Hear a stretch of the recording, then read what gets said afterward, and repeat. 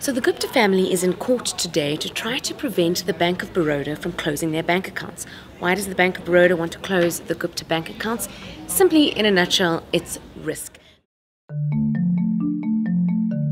Banks in South Africa and around the world are subject to very strict rules when it comes to financial crime such as money laundering.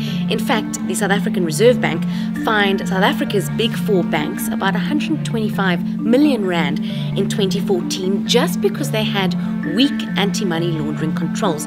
So the banks hadn't done anything wrong, but the Reserve Bank wanted to send a message that you have to have really good controls when it comes to money laundering, and so it fined those banks 125 million rand. The Bank of Baroda has already been fined 11 million rand by the Financial Intelligence Centre relating to the transgression of certain banking legislation pertaining to the Gupta's purchase of Optimum coal mine. So there's a risk there, and Baroda has reported about 45 suspicious transactions to the FIC relating to the Guptas amounting to 4.2 billion rand. The FIC simply is there to oversee the implementation of the Financial Intelligence Centre Act, FICA, which is really about making sure that banks and other financial institutions combat financial crimes such as money laundering and tax evasion. So there's a big risk for the Bank of Baroda, which is an Indian state-owned multinational bank.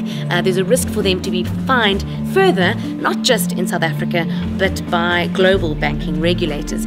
What will it mean for the Gupta family if the bank does close their bank accounts? Well, it's unclear at this stage exactly what it will mean, but certainly it probably won't be good for them. It will make it very difficult for them to transact in South Africa. The CEO of Oak Bay, which is the Gupta-owned group, Ronika Raghavan, says that about 164 million rand in salary payments are at risk, and that's of course salaries paid to underlying Oak Bay entities or employees at those entities.